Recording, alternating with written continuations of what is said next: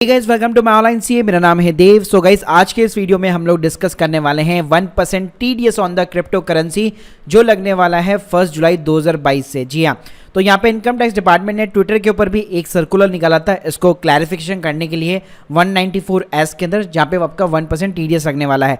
तो गाइस इतने बड़े सर्कुलर को पढ़ने की जरूरत नहीं है, मैं यहाँ पे आपको सिंप्लीफाई तरीके से यहाँ पे समझाने वाला हूँ। प्लस यहाँ पे कॉइन DCX ने भी यहाँ पे क्लियर आउट कर दिया है कि कौन कौन कैसे कैसे ट्रांजेक्शन के ऊपर आपका ये जो 1% टीडीएस है वो यहाँ पे कटने वाला है। तो हम लोग जानेंगे इसको पूरा डिटेल के अंदर, तो पूरा वीडियो यहाँ पे जरूर देखिएगा। गाइस वीडियो को शुरू करने से पहले बताना चाहूंगा, अगर आप भी यहाँ पे क्रिप्टो करेंसी होल्ड करते हैं और अपनी ITR वगैरह फिलअप करवाना चाहते हैं एक एक्सपर्ट के थ्रू, तो लिंक जो है आपको डिस्क्रिप्शन बॉक्स में मिल जाएगी। तो चलिए गाइस शुरू करते हैं। सो देखिए गाइस, बजट के अंदर यहाँ पे जो है पहले कई सारे अनाउंसमेंट हुई थी। मेजरली यहाँ पे 2 अनाउंसमेंट थी। एक तो 30% जो टैक्स है वो आपके क्रिप्टो के ऊपर लगने वाला था, साथ में 1% यहाँ पे टीडीएस की अनाउंसमेंट हुई थी। तो पहले बात करते हैं ये टीडीएस यहाँ पे कब एप्लीकेबल है। तो देखिए यहाँ पे सिंपली जो है यहाँ पे 2 रूल दिए हुए हैं। पहला जो रूल है, अगर आप मान लीजिए स्पेसिफाइड पर्सन के अंदर फॉल करते हैं तो आपको जो अमाउंट पेड होता है एक एक्सचेंज की तरफ से सिंगल ट्रांजैक्शन के रूप में या फिर मान लीजिए एग्रीगेटर के रूप में पूरे फाइनेंशियल ईयर के अंदर, फाइनेंशियल का मतलब हो गया कि अप्रैल से पूरा मार्च के बीच में, तो गाइस ये अमाउंट अगर 50,000 रुपये के ऊपर होता है तब यहाँ पे आपका टीडीएस कटेगा 1% की रेट से।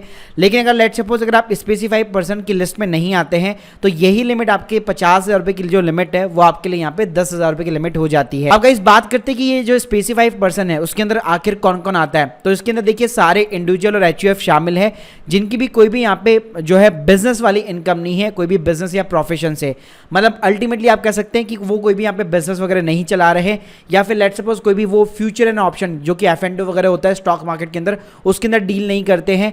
तो या फिर मान लीजिए कोई भी फ्रीलांसर वाला टाइप वाला काम नहीं करते जहाँ से उनकी इनकम आती है एज ए प्रोफेशन।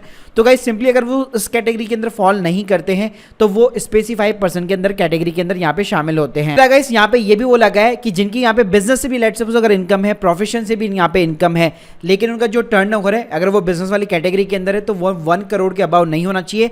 वहीं पे प्रोफेशन के अंदर वो 50 लाख के अबाव नहीं होना चाहिए। अल्टीमेटली बात करूं तो भाई उनके ऊपर टैक्स ऑडिट यहाँ पे एप्लीकेबल नहीं होनी चाहिए, तब भी गाइस उनके लिए जो लिमिट है वो 50,000 रुपए की यहाँ पे रहने वाली है। अब गाइस बात करते हैं कि ये जो टीडीएस आपका काटा जाएगा 1% की रेट से आपको जो भी पेमेंट होगी उसके ऊपर, तो गाइस ये जो रिफंडेबल होगा कि नहीं होगा। जैसे आप लोगों को पता होगा हमारे जितने भी अदर टीडीएस होते हैं, जब भी हम अपनी इनकम टैक्स रिटर्न फाइल करते हैं उसको कंसिडर करते हैं, और लेट सपोज अगर हमारा जो टैक्सेस है वो यहाँ पे कम रहता है तो हम अपने पूरे टीडीएस को यहाँ पे रिफंड क्लेम कर सकते हैं। तो गाइस जी हाँ, बिल्कुल ये जो टीडीएस होगा वो भी आपका रिफंडेबल होगा, डेफिनेटली रिफंडेबल होगा। लेकिन यहाँ पे बस शर्त यही होगी कि आपके जो टैक्सेस है वो यहाँ पे कम होने चाहिए। तो एक मैं अगर जनरल सिनेरियो के अंदर बात करूं तो अगर आपकी टोटल टैक्सेबल इनकम पूरे साल भर के अंदर 5 लाख रुपए से कम है तो भाई आपका जो भी टीडीएस कटता है उसको डेफिनेटली आप यहाँ पे जो है रिफंडेबल कंसीडर कर पाएंगे। तो गाइस अब बात करते हैं ये जो 1% टीडीएस है वो यहाँ पे कब कटने वाला है। तो देखिए यहाँ पे कॉइन DCX ने काफी अच्छे तरीके से यहाँ पे समझा रखा है। तो मान लीजिए अगर आप कोई भी करेंसी जो है या फिर कोई भी कॉइन्स वगैरह इंस्टेंटली बाई करते हैं तो उसके ऊपर आपका कोई भी टीडीएस नहीं कटने वाला है। लेकिन ध्यान रखिएगा वो INR के पेयर के अंदर ही यहाँ पे होना चाहिए, मतलब अगर आप स्पॉट बाई कर रहे हैं तो वहां पे आपका कोई भी टीडीएस चार्ज नहीं होगा। लेकिन गाइस आप यहाँ पे अगर मान लीजिए इंस्टेंटली यहाँ पे सेल आउट कर रहे हैं यहाँ पे किसी भी कॉइन्स को या करेंसी को, तो डेफिनेटली गाइस यहाँ पे आपका 1% जो है टीडीएस यहाँ पे कटने वाला है। गाइस अगर आप स्पॉट्स बाई करते हैं INR पेयर्स के अंदर तो यहाँ पे आपका कोई भी टीडीएस नहीं कटेगा। वहीं पे अगर आप स्पॉट सेल करते हैं INR के पेयर्स के अंदर तो यहाँ पे आपका 1% टीडीएस एप्लीकेबल होगा।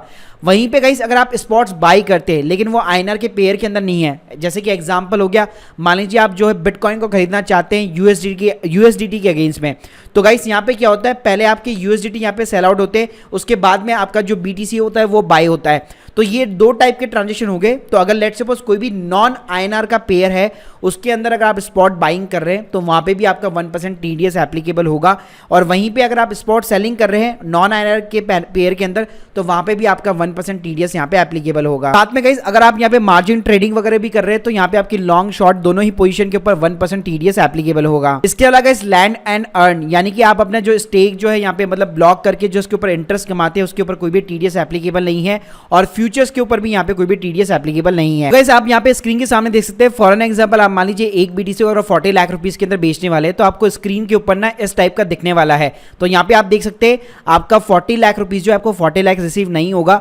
उसके अगेंस्ट में आप यहाँ पे देख सकते हैं आपका जो टीडीएस होगा 1% यानी कि 40,000 रुपए। तो 40,000 रुपए डिडक्ट होके आपके पैन कार्ड के अगेंस्ट में गवर्नमेंट को यहाँ पे डिपॉजिट हो जाएगा।